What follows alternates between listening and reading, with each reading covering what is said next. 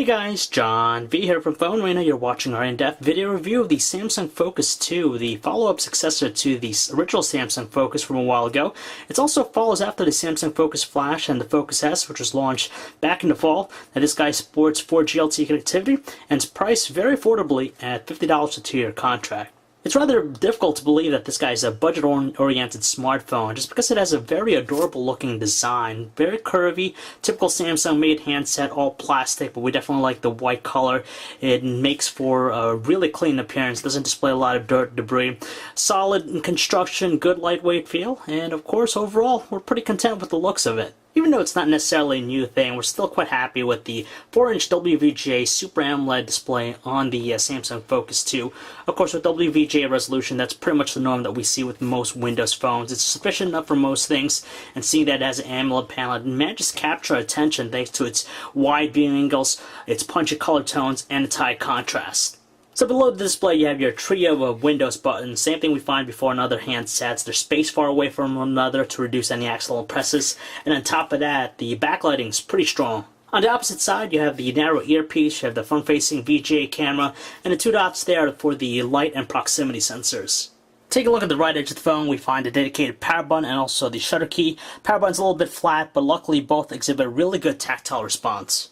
Well, on the right, the only thing we find here is just the volume control. Again, it's rather flat, but at least it's very springy. On the bottom side of the phone, we have the micro USB port for charging data connectivity, and next to that, it's just the microphone. And lastly, on the top, you have the 3.5mm headset jack and the secondary microphone for noise cancellation. Flip it over, we find the handset's 5-megapixel autofocus camera, single LED flash, the ability to shoot 720p videos, the two notches there for the speakerphone, and removing the back cover, just got to pry it off. We gain access to its 1750 mAh battery and a micro SIM card slot. Not surprisingly, the Windows Phone experience is identical to any other Windows Phone out there in the market, such as the Nokia Lumia 900 and of course the HTC Titan 2. There's nothing really different about it. It's the same old Mango experience that we've been seeing with the last few devices.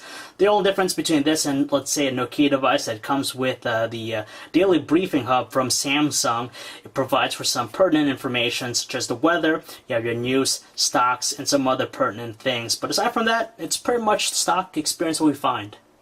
Powered by a 1.4 GHz single-core processor, it's more than effective in providing a really fluid and responsive experience. That's rightfully what we find with pretty much any other Windows phones out there. They maintain that same lovable fluidity through pretty much all aspects of the platform, and overall, we're very happy with the overall performance. There's no argument we got spoiled by some of the handsets with larger displays out there, but with the Samsung Focus 2, there's just a little bit of adjustment required just because it has a smaller display, so the layout's a little bit cramped, but it's still the same lovable Windows Phone keyboard, very responsive. It's one of the best out there with its autocorrect features, so it takes just a little bit of a learning curve, but once after that, we pretty much adjusted very quickly. Interestingly enough, the Samsung Focus 2 is actually Samsung's first Windows phone to offer 4G LTE connectivity, so you get faster data speeds, and it meets up with the times. As far as the web browsing experience is concerned, it's pretty much like any other Windows phones before. It's phenomenal in the fact that it's super responsive with its navigational controls, and I find it more than usable. Of course, being a Windows phone, we're given the Zune experience when it comes to playing music. A very pretty looking interface when you're browsing through your albums. As far as the audio quality from the speaker, it's average with its tones, but at the loudest volume settings, it tends to exhibit just a tiny bit of squeakiness with its output.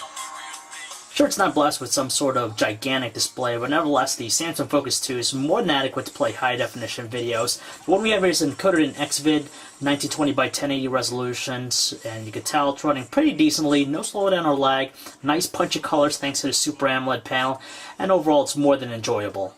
Unfortunately, the Samsung Focus 2 isn't the most ideal thing to shoot photos with its 5-megapixel camera just because the quality is definitely not to par with some other devices out there.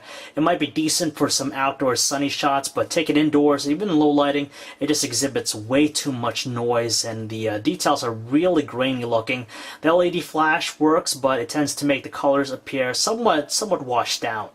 In terms of calling quality, the Samsung Focus 2 isn't the best thing out there in the market for that, but it's more than effective for most occasions. But if it's a little bit noisy in the environment, you might have some difficulty just because the earpiece itself not the strongest out there, and voices on both ends of the line sound a little bit on the robotic side.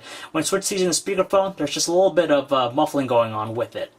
Signal strength appears to be average with the Samsung Focus 2. It displays roughly 3 to 4 bars in high coverage areas, but luckily it didn't drop any phone calls during our testing. Frankly, we're content with the battery life out of the Samsung Focus 2 with its 1750 mAh battery, but it's worth noting that we strictly used it under HSPA Plus connectivity, not LTE, and after a day it was a little bit under the 50% mark, at the 40% mark actually, so if you're on LTE, you can expect that number to drop. Honestly, for a new device sporting a $50 or 2-year contract price, the Samsung Focus 2 is not a bad phone at all. It's pretty much the same experience we find in any other Windows phone out there. It has an adorable design, solid construction, might not be the best when it comes to taking photos and videos, but for the price, it's okay. If you want something a little bit better, a little bit more comprehensive, we definitely recommend the Nokia Lumia 900 just because it seems like the better looking handset, and of course it has some other software tweaks to really enhance the experience. But if you'd like to learn more about the Samsung Focus 2, you can check out our website, guys, phonearena.com. This is John V. Thanks for watching.